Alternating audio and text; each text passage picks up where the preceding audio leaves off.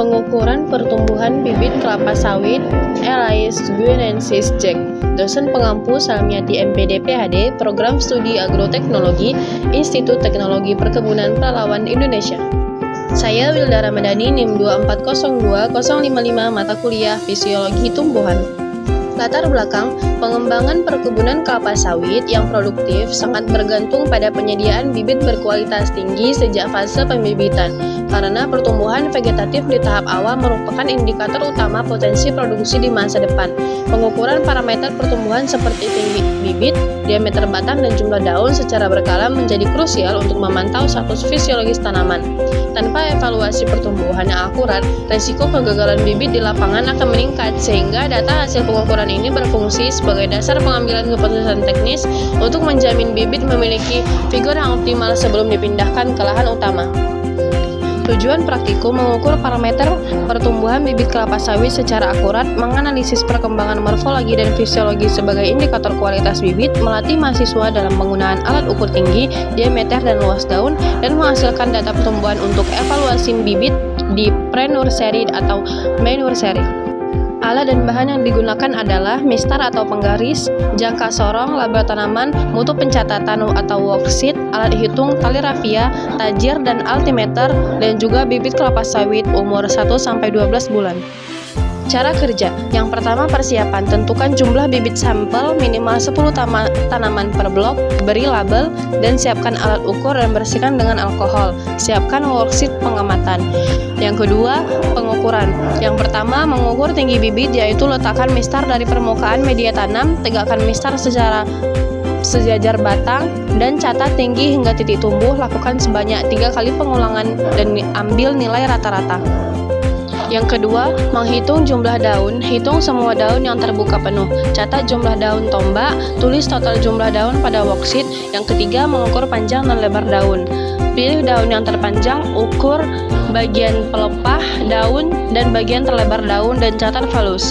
Mengukur diameter batang, tempatkan jangka sorong 1-2 cm dari permukaan tanah. Pastikan posisi jangka sorong tegak lurus dan catat angka dengan ketelitian 0,01 cm.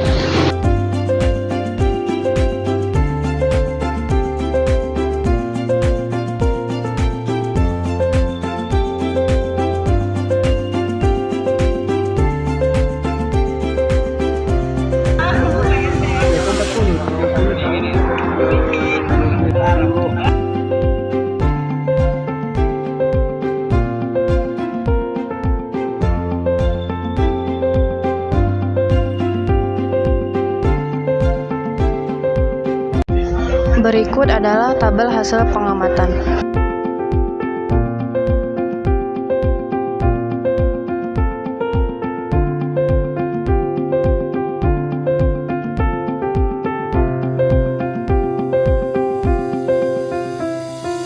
Pembahasan. Peningkatan luas daun mengidentifikasi bahwa tanaman memiliki kemampuan yang lebih baik dalam menangkap cahaya matahari untuk proses fotosintesis. Efektivitas dosis pupuk terhadap pertumbuhan vegetatif. Data pada tabel 3 menunjukkan adanya dosis optimum yang dapat diserap oleh bibit untuk pertumbuhan maksimal. Tanpa adanya tambahan nutrisi, pertumbuhan bibit cenderung lebih lambat karena hanya mengandalkan nutrisi terbatas yang tersedia di media tanam awal. Keseimbangan dosis pupuk sangat menentukan keberhasilan fase vegetatif. Dosis yang tepat mendukung metabolisme tanaman, sementara kekurangan hara akan menyebabkan stagnasi pertumbuhan.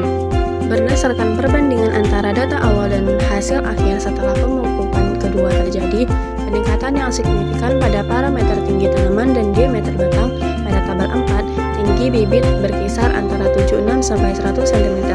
Namun setelah aplikasi NPK kedua, tinggi meningkat sehingga mencapai rata-rata di atas 90-105 cm. Peningkatan diameter batang juga terlihat sangat nyata, beralih dari satuan milimeter menjadi satuan sentimeter.